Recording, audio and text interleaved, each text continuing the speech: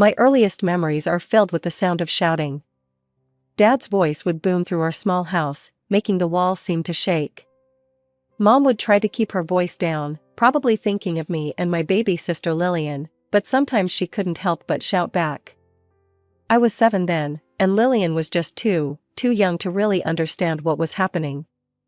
I remember watching Mom brush Lillian's hair one morning, singing softly to her. That was the last time I saw her do that. Later that day, the shouting started again, worse than ever before.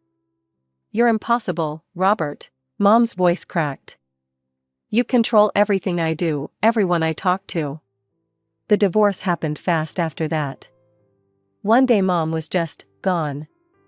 Dad told us she'd left us, that she'd chosen alcohol and other men over her own daughters. I was old enough to feel confused and betrayed, but young enough to believe him completely. It wasn't long before Dad brought Sarah home. She was younger than Mom, always smiling, and she clearly adored Lillian. My baby sister took to her immediately, calling her mommy within weeks. But I couldn't do it. Every time Sarah tried to hug me, or do my hair the way Mom used to, I'd pull away. "Chloe," Dad would say sternly, "Sarah is trying her best. You need to be more grateful." But how could I be grateful? I still had a mom, a real one, somewhere out there. Where was she? Why didn't she call? Why didn't she fight to see us? These questions haunted me through my childhood, but I learned to keep them to myself. Sarah doted on Lillian, buying her pretty dresses and taking her to dance classes. I was invited too, but I always refused. I threw myself into books instead, spending hours in my room studying. It was easier than watching my sister build a relationship with my replacement mother. Years passed this way, with Lillian becoming more and more Sarah's daughter while I remained stubbornly on the outside. But I had a plan. I studied hard, knowing that education would be my ticket to freedom. While Lillian was being groomed to be the perfect daughter, I was plotting my escape through college applications and scholarship essays. Finally, at 18, I was free. College felt like breathing fresh air after being underwater for too long. My dorm room might have been tiny, but it was mine, no Sarah hovering, no dad dictating rules, no constant reminder of being the difficult daughter. I still came home during breaks, trying to maintain some connection with Lillian. During one of these visits, in my final year, I found her in her room, which looked like a princess's chamber, all pink and white, courtesy of Sarah's decorating obsession. "So, what are your plans after graduation?" I asked, settling into her window seat. "Have you thought about which colleges you might want to apply to?" Lillian was sprawled across her bed, perfectly manicured nails tapping away at her phone screen. "Oh, I'm not going to college," she said, as casually as if she were discussing the weather. "I'm getting married." I nearly choked on my coffee. "Married? You're not even 18 yet." "When did this happen?" "Sarah introduced me to Marcus last year." She finally looked up from her phone, her eyes sparkling. "His family owns that big real estate company downtown, you know, Preston Properties? They're loaded, Chloe.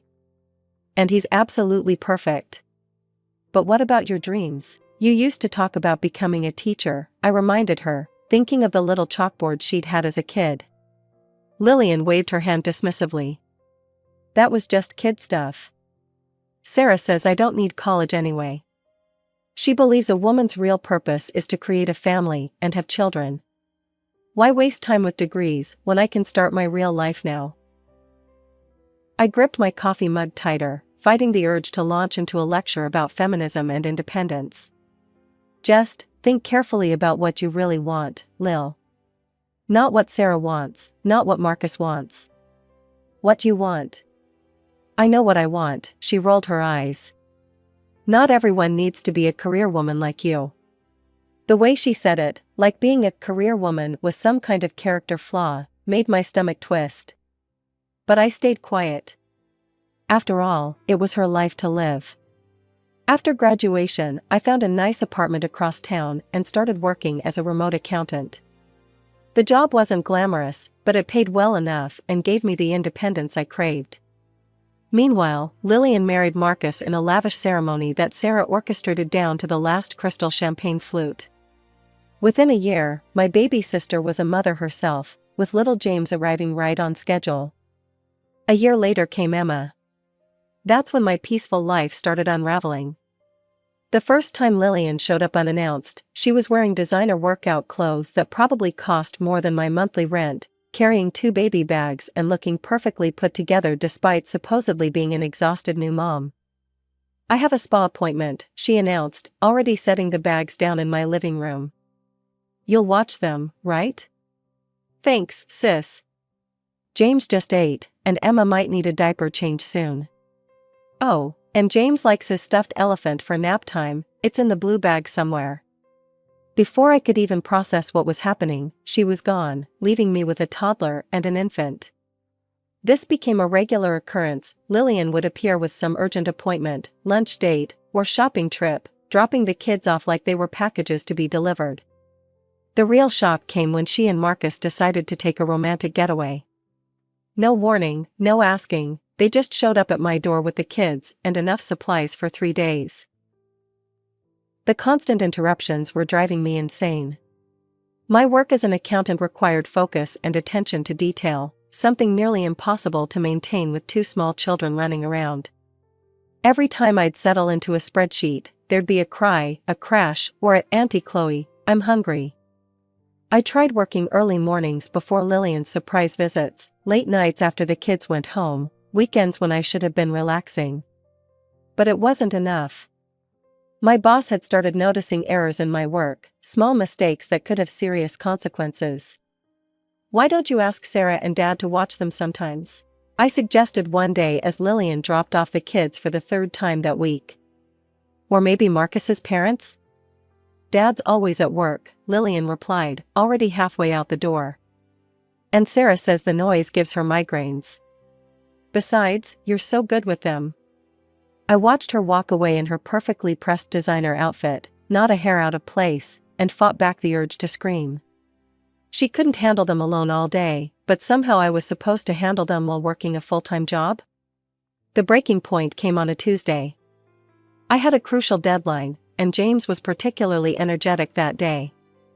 I'd turned away from my laptop for just a moment to stop Emma from eating a crayon when I heard the thud. James had been jumping on the couch, something I'd told him not to do countless times, and had fallen off. He seemed fine at first, but by the time Lillian came to pick them up, an angry purple bruise had spread across his shin. The moment she saw it, she exploded. "What the hell, Chloe," she screamed, making both kids start crying. "I trust you with my children, and this is how you watch them." He could have been seriously hurt.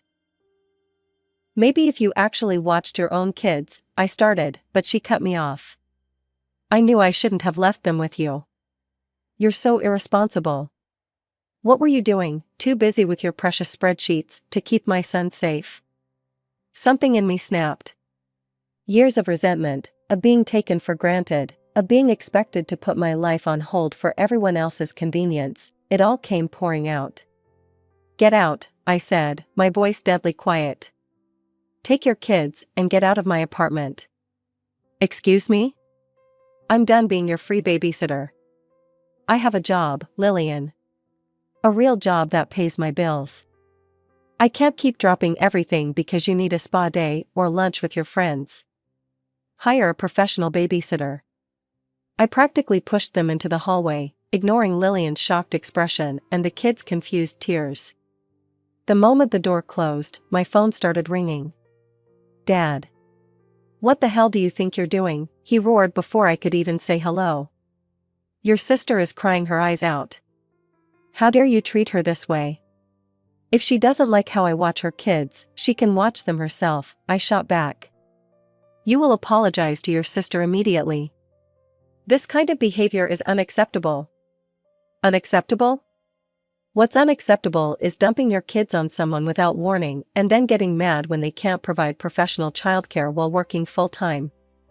Listen here, young lady," his voice dropped to that dangerous tone I remembered from childhood.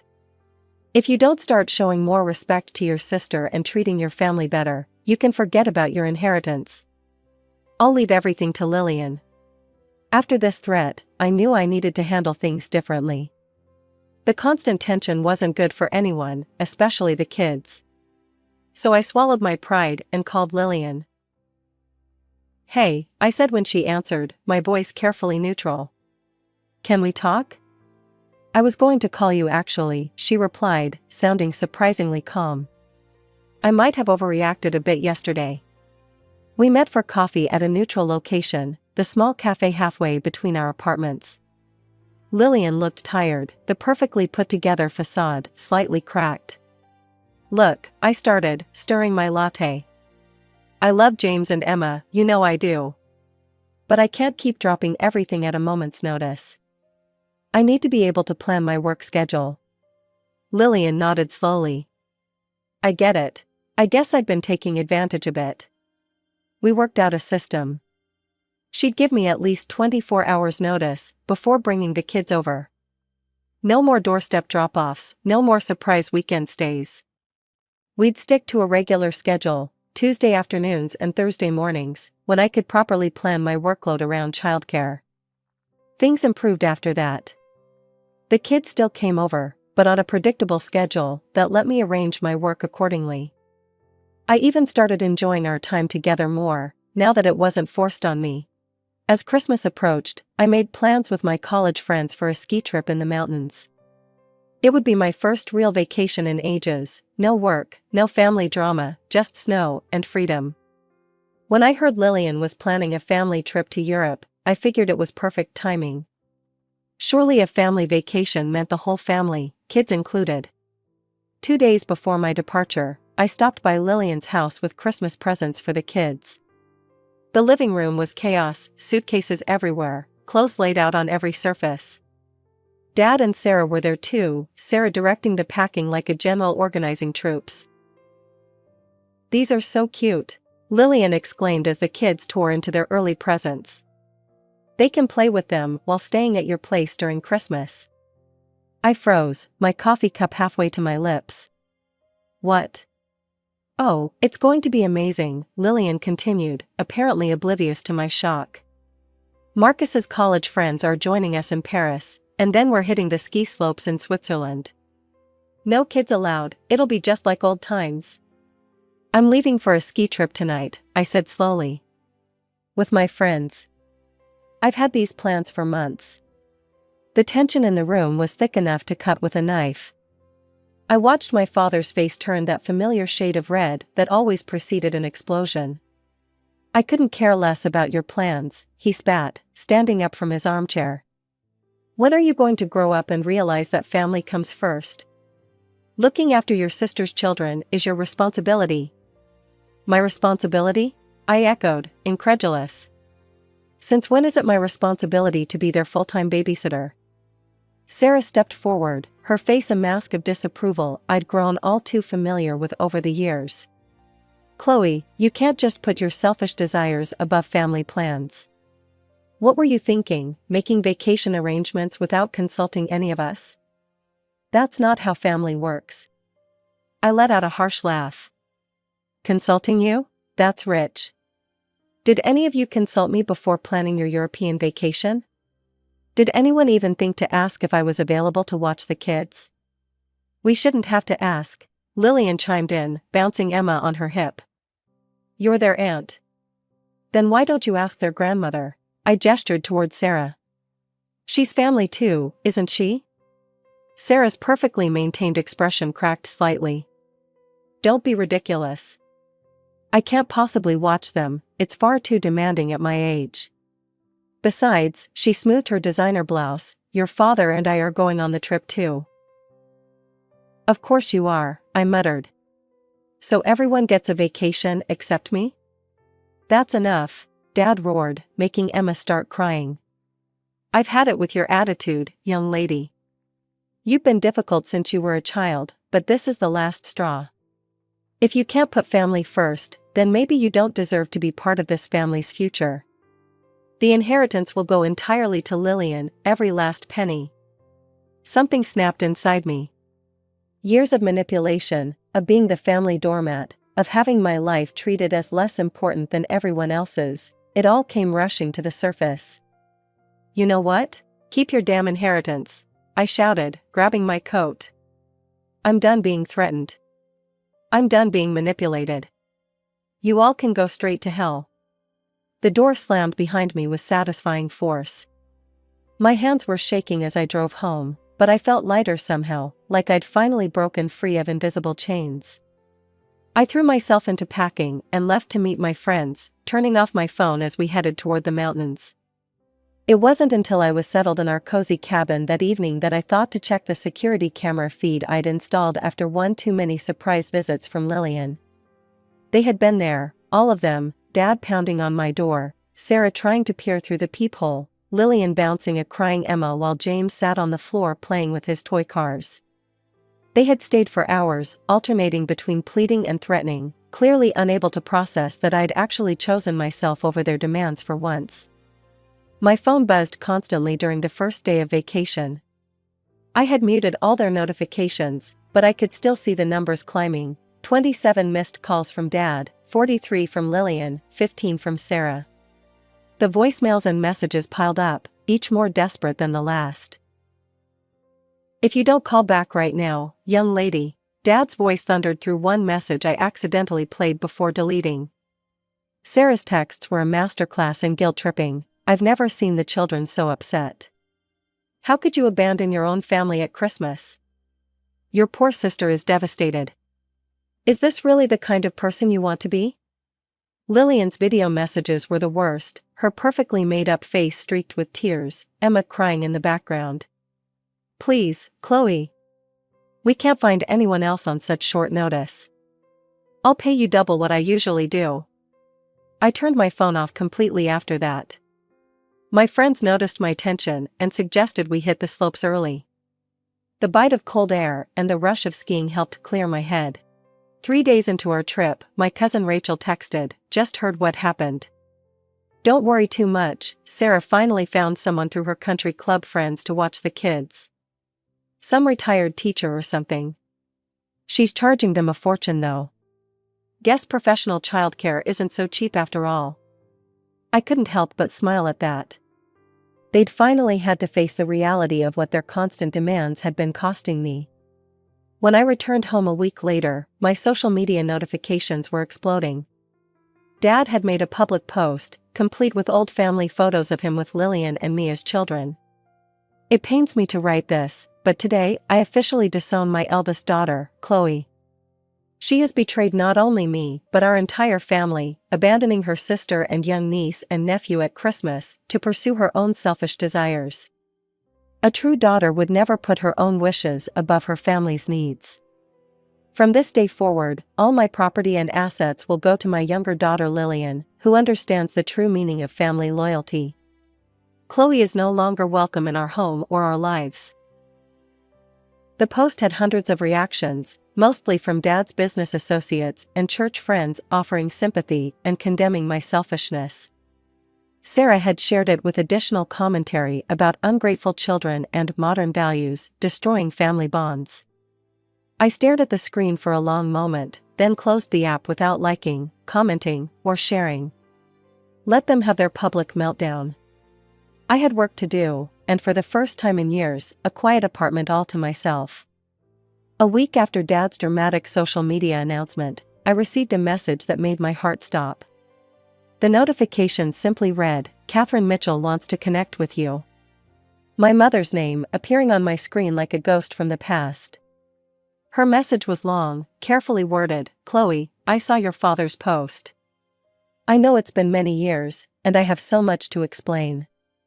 Would you be willing to meet with me? I understand if you don't want to, but please know that I've never stopped thinking about you and Lillian." My hand shook as I read the rest.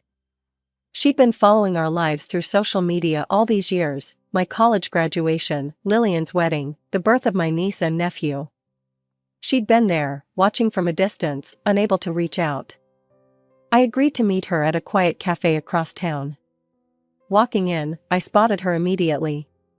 She looked older than in my memories, of course, but her eyes were the same. When she hugged me, I caught the faintest whiff of the lavender perfume she used to wear when I was little. I'm so sorry, Chloe, she said as we sat down. I know an apology can't make up for all these years, but you need to know the truth. The story she told made me feel sick. Dad had been systematically keeping her away from us, all while painting himself as the victim. He'd send her photos and videos of us with Sarah, birthday parties, school events, family vacations, along with messages about how happy we were with our real mother. Look how well they're doing, he'd write. Sarah is such a wonderful mother to them. They don't even remember you anymore. Why would you want to disrupt their lives now? She pulled out her phone, showing me years of messages from Dad, each one more manipulative than the last. The girls call Sarah Mom now. It would only confuse them if you tried to come back into their lives. Chloe's doing so well in school. Sarah helps her with all her homework. She's forgotten all about you. Lillian asked why she doesn't look like her mommy Sarah. We told her she takes after her daddy. She's so happy with that answer. Don't ruin it for her. But the biggest revelation was about money. Mom had been sending substantial alimony payments all these years, thanks to her successful career as a corporate lawyer and her marriage to a wealthy businessman. Your father and I had an agreement, she said, stirring her untouched coffee. All the alimony I paid for you was supposed to be given to you when you turned 18. It was enough to buy you a small apartment, give you a start in life. He promised me he'd tell you about it. I thought about all the times Dad had dangled his inheritance over my head, using it to control me. All those years, he'd been threatening to withhold money that wasn't even his to begin with, money that had come from the mother he'd told me had abandoned us. That night, I sat at my computer, fingers hovering over the keyboard. Then I started typing. In response to my father's recent post about disowning me, I feel compelled to share some truths that have recently come to light. For years, I believed what my father told me about my mother, that she abandoned us, that she didn't want us, that she chose alcohol and other men over her daughters. I believed him when he said we were better off without her. Today, I learned that every word was a lie. My mother never abandoned us. She was pushed away by a man who used manipulation and lies to maintain control over his daughters. While he painted himself as our savior, he was secretly receiving substantial alimony payments from our mother, money that was meant to be given to me when I turned 18. Instead, he held this money over my head for years, threatening to withhold his inheritance if I didn't comply with his demands.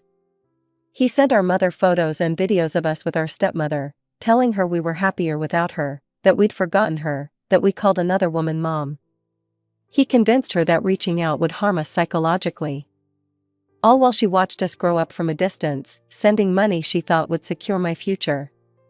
To my father, keep your money. I don't want an inheritance built on lies. I don't want anything from a man who could so cruelly separate children from their mother for his own benefit. To those who commented on his post about family loyalty, you don't know the whole story. You never did. The responses came flooding in immediately. Relatives I hadn't heard from in years expressed their shock and disgust. Old family friends reached out with stories of their own about Dad's controlling behavior. Several of Dad's business associates quietly unfriended him. Dad's message came late that night, Chloe, you've misunderstood everything. I was only trying to protect you girls. If you'll let me explain. I blocked him without reading the rest. Sarah tried calling next, then Lillian. I blocked them too. It hurt to cut off my sister, but watching her turn into a mirror image of our father hurt more. Her sense of entitlement, her manipulation, her absolute certainty that she was always right, she'd learned well from him. Mom helped me find an apartment in her neighborhood, insisting on buying it outright. Now, 6 months later, we have dinner together 3 times a week. She tells me stories about my early childhood, fills in the blank spaces in my memory. Sometimes we look through her old photos, ones I'd never seen before, of her holding me as a baby, teaching me to walk, reading to me and Lillian. Do you think you'll ever speak to Lillian again? Mom asked me recently. I thought about my sister, about how thoroughly Dad had shaped her into his image. Maybe someday, I said. If she ever learns to think for herself. but I'm not holding my breath. For now, I'm focused on rebuilding my relationship with my mother, making up for all those lost years. I'm learning that family isn't about obligation or control or threats. It's about love, respect, and truth, qualities I never found in my father's house, but discover every day with my mom. Sometimes I still get messages from flying monkeys, Dad's friends, church members, distant relatives who think I should forgive and forget. I delete them all. I've spent enough years living under the weight of other people's expectations. I'm finally free.